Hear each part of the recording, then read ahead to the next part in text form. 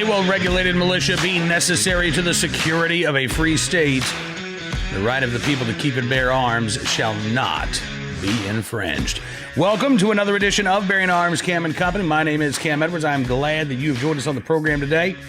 Coming up here in a matter of moments, we're going to turn our attention to what's going on down in Georgia. We are just about 2 weeks away from the special runoff elections there in the state that will determine control of the U.S. Senate. 2 Senate seats up for grabs in the state of Georgia. On the Republican side, you've got incumbents David Perdue and Kelly Loeffler. On the Democrat side, Raphael Warnock and John Ossoff.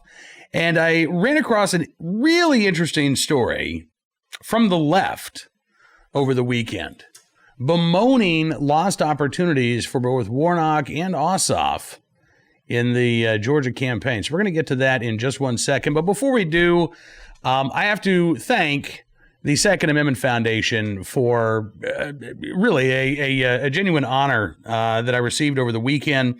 Second Amendment Foundation naming me the Journalist of the Year.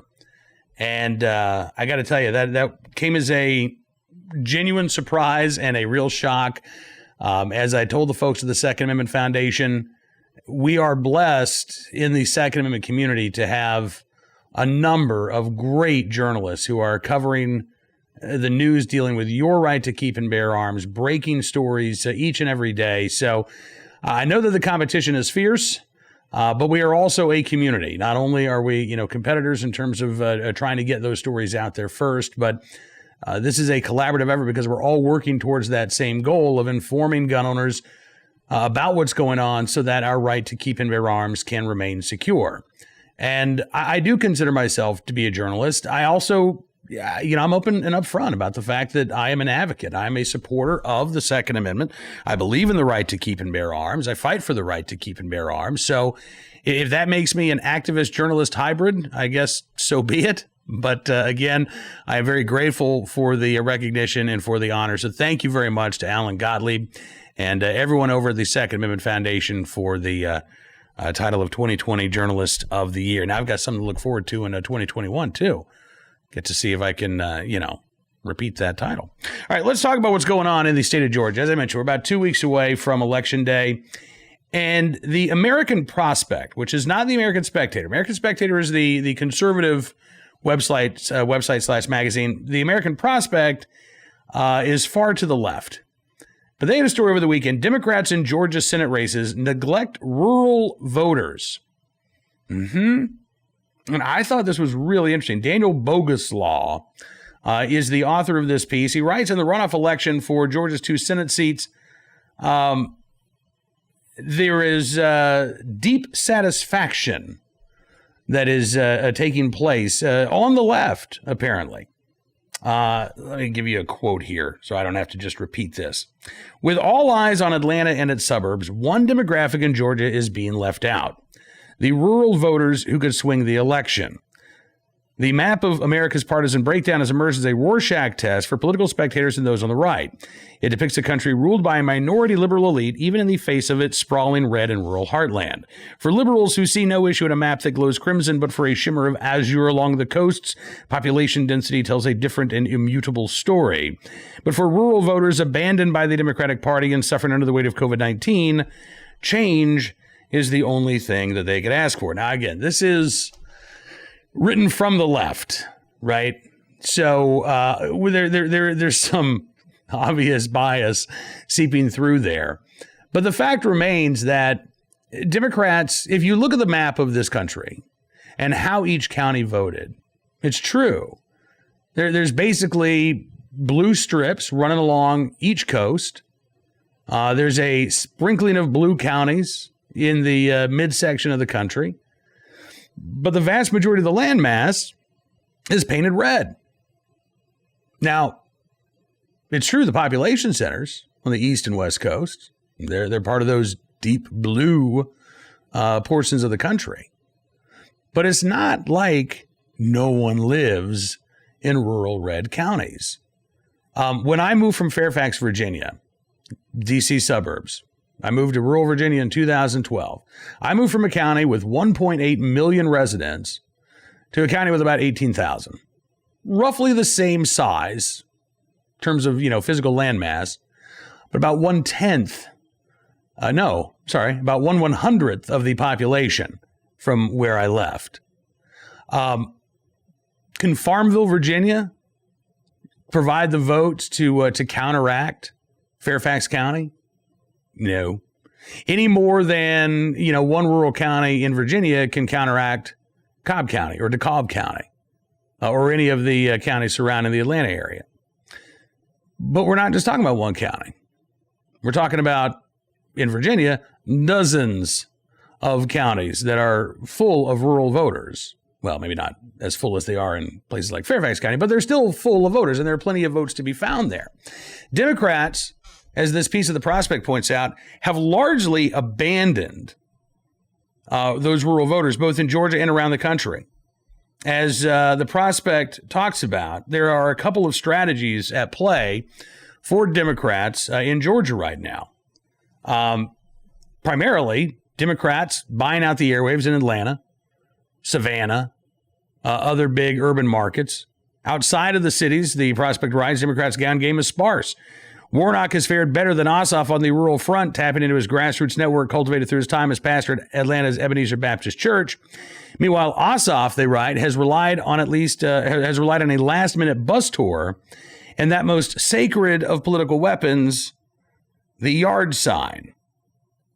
They write, these two tactics were highlighted by Ossoff's campaign, the bus ride and the yard sign, as the cornerstones of his rural outreach strategy. But as one rural organizer in southern Georgia told Prospect, quote, we had to drive all the way to Atlanta just to pick up the yard signs.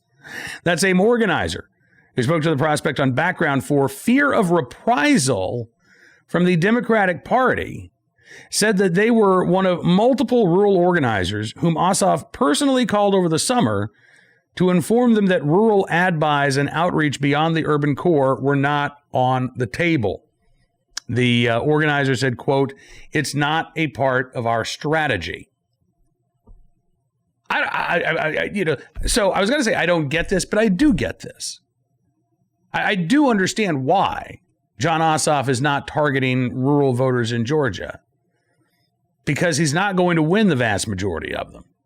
Because the platform of the Democratic Party, starting with Joe Biden and Kamala Harris, all the way down to, the majority of county supervisors and local elected officials, is one that is hostile to the right to keep and bear arms. Not one that's apathetic, not one that is agnostic, but one that is actively hostile to our right to keep and bear arms. And, look, we've talked about this on the program before. A decade ago in Congress, in the House of Representatives, 10 years ago, a quarter of the Democrats who were elected were A-rated by the NRA. 25% of Democrats in the House of Representatives in 2010 were A-rated by the NRA. Do you know how many A-rated Democrats there will be in the House of Representatives when the new session of Congress convenes in January? Zero A-rated Democrats. The last A-rated Democrat, Colin Peterson from Minnesota, lost his election in November, ousted by a Republican. Yeah. And Democrats have seen this. There's a reason why there was not a big blue wave on Election Day. And as a matter of fact, the GOP made gains in the House of Representatives. And that's because, again, the agenda of the Democrat Party is far outside of where most rural Americans are. The Democrats are not giving these rural Americans a reason to vote for them. They're giving them a reason to vote against them. Vote for us and we'll go after your guns. Vote for us and we'll restrict your right to keep and bear arms. Vote for us and we'll demonize you. And we'll belittle you. And we'll condescend to you. And we'll claim that you're the problem. Even as our prosecutors let violent criminals out of jail on low bond or no bond whatsoever, we're going to blame you for the problem. Why not vote for us? Is that a winning message? I mean, I don't think so. But that is the message of the Democratic Party by and large right now. So I'm not surprised that the American Prospect is reporting that Democrats are largely ignoring those rural votes in Georgia. I'm not sure that it would really pay off if they invested a lot of time and money in those rural voters because, again, of the hostility that they have shown towards the right to keep and bear arms. Now, look, having said that, the race in Georgia is going to be really close. I don't put a lot of stock in polling. My friend and colleague Ed Morrissey over at Hot Air today had a post that references a couple of Rasmussen polls. I'm not looking at any polling in the Georgia Senate races. The polling for the 2020 election was too off in too many places for me to have any trust whatsoever in the polling industry right now. And I've seen no indication, by the way, that the polling industry is, I think they're cognizant of the problem. I just don't think that they are doing anything about the errors that were on display during the 2020 election cycle. So given that, I'm not putting a lot of stock in these polls. But based on the results on Election Day in November, the fact that neither one of these races had a candidate that got to 50%, the amount of money that is being poured into the state on both the left and the right, the fact that these races ultimately will control or will decide who controls the U.S. Senate for the next 2 years, I think that is going to goose turnout on both sides. In a special election like this, one would typically expect turnout to drop off dramatically from like a presidential election year. I don't think it's going to happen. We're seeing some encouraging signs in Georgia, and Ed talks about this, things that I think are worth talking about as opposed to polling. Looks like in the early voting returns, Republicans have narrowed the advantage that Democrats had on Election Day or during the presidential election in Georgia. So that's good news. Republicans are turning out. Second Amendment supporters have been on the ground. They've been engaged in grassroots activities. Donald Trump Jr. was there over the weekend, also talking a pro-Second Amendment message. So the word is getting out to gun owners in in Georgia. Sorry, we got Virginia on the mind here. Word is getting out about gun owners in Georgia, almost did it again, about the importance of this election and why they can't sit this out. And I don't think that they're going to. I think we'll see strong turnout in Georgia, and I am cautiously optimistic, based on what we're seeing here, that we can win both of these seats and we can derail Joe Biden's anti-gun legislative agenda, at least the more extreme versions of it, for at least 2 years. I say at least the most extreme versions because Alan Gottlieb and I, we had a conversation a few weeks ago where he said, I'm still concerned. Even if we take back the Senate, I'm concerned that there will be senators like, Pat Toomey, for example, who are willing to, they've already shown us, they're willing to reach across the aisle and work with Democrats on gun control legislation. So we're not going to be entirely out of the woods, even if Republicans take control of the Senate. Now, Mitch McConnell, I'd be very interested to see what Mitch McConnell would allow to get to the floor of the Senate. But I think it's fair to say, gun owners, Second Amendment supporters, we're going to be in a much better position if Republicans take these Senate seats as opposed to handing the Senate to Democrats, which is what would happen if John Ossoff and Raphael Warnock won. The Senate would be split 50-50, and Kamala Harris, presuming that she and Joe Biden are sworn in, she would be the president of the Senate. It's one of the titles of the office of the vice president. And so any tie-breaking vote in that 50-50 chamber, Kamala Harris would cast the tie-breaking vote. Yeah. And that's where things start to get a little squirrely. That's when things start to get dangerous.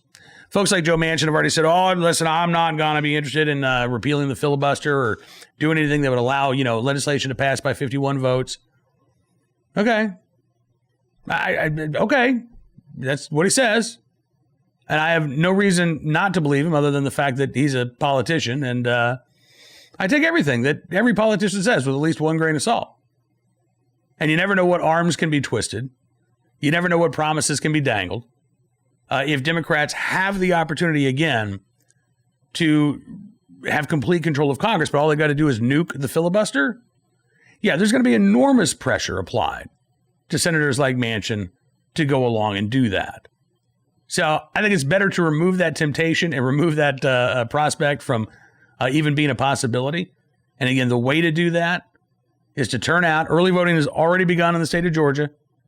But to turn out, cast your vote between now and January the 5th so we can ensure that the Senate stays in hands that will at least respect our right to keep and bear arms instead of trying to minimize them, limit them, or curtail them completely. All right, let's turn our attention now to our good deed of the day, our armed citizen story, and our recidivist report. We'll start there with a story out of the Quad Cities area of Iowa, East Moline, Illinois, specifically. And the Quad City Times reporting that 2 people have been charged in the Friday stabbing death of a 64-year-old East Moline man. Kerry Clark, 60 years of age, 21-year-old Precious Sims, both charged in Rock Island County Circuit Court with 1 count each of first-degree murder and in possession of a stolen vehicle. Clark and Sims being held late Friday in the Scott County Jail. Bond set at $1.5 million each.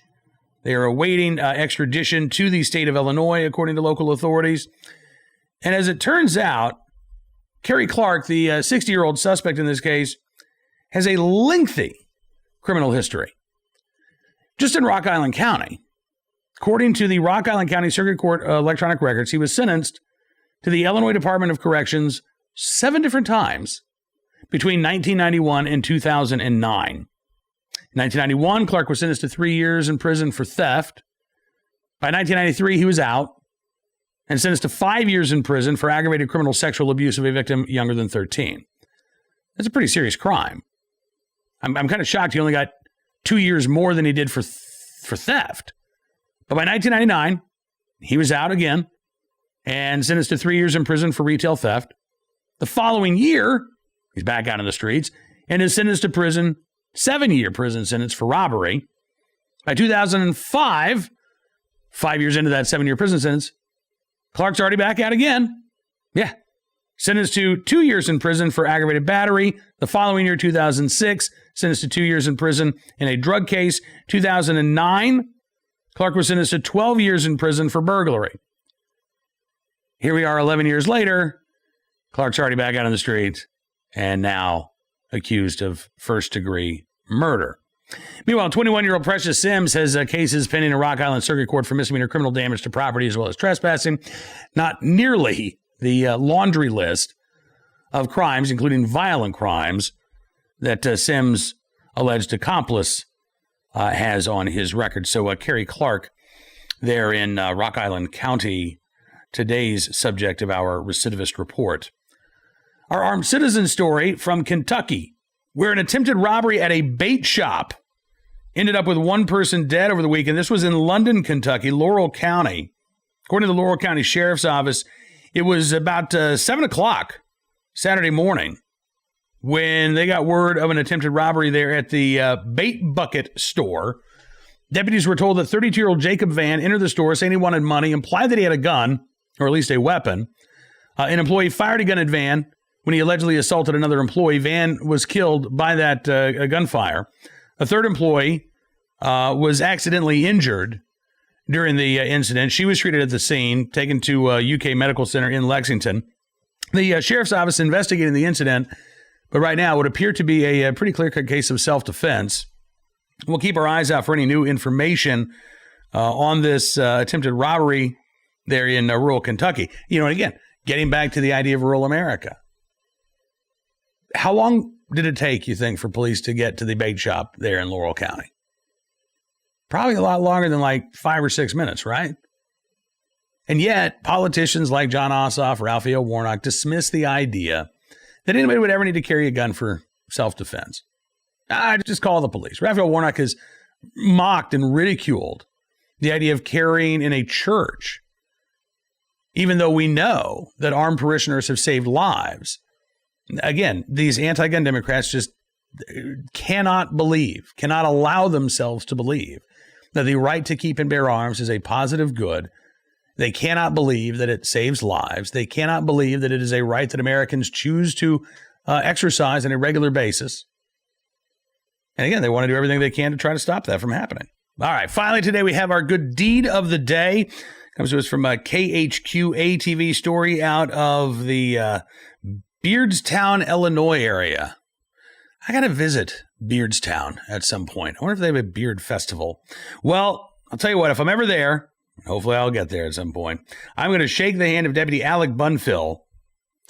He, on December 14th, driving through Beardstown when he got a call that a baby was drowning in a bathtub. This is a very blurry image from the deputy's body cam.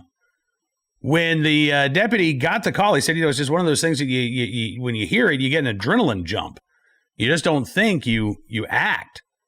The parents said that they left their baby girl unattended for just a few seconds. And when they came back, she was face down, drowning in the tub. When Alex Bunfield arrived, he jumped right into action. He said, "Where's the kid at?" That's when the grandmother brought her from the bathroom, wrapped in a towel. Breathing was not normal. He said, "I could hear gurgling in her airway, so I knew that it was water there in her airway." Alex Bunfield, formerly an EMT before he became a sheriff's deputy, he said he knew he had enough training to help save the baby until paramedics arrived. He says, "I took the kid from the grandmother, put her face down on an angel, and started patting her on the back. She was able to cough up some water, breathe air halfway through then. After about 30 seconds, he said, baby was breathing normally. But he said he knew he did not have much more time than that. He said the breathing was not adequate to sustain life at that time. But he was able to keep the baby breathing until paramedics arrived. The family said they were in disbelief. He said, I think they were surprised that the outcome was as good as it was.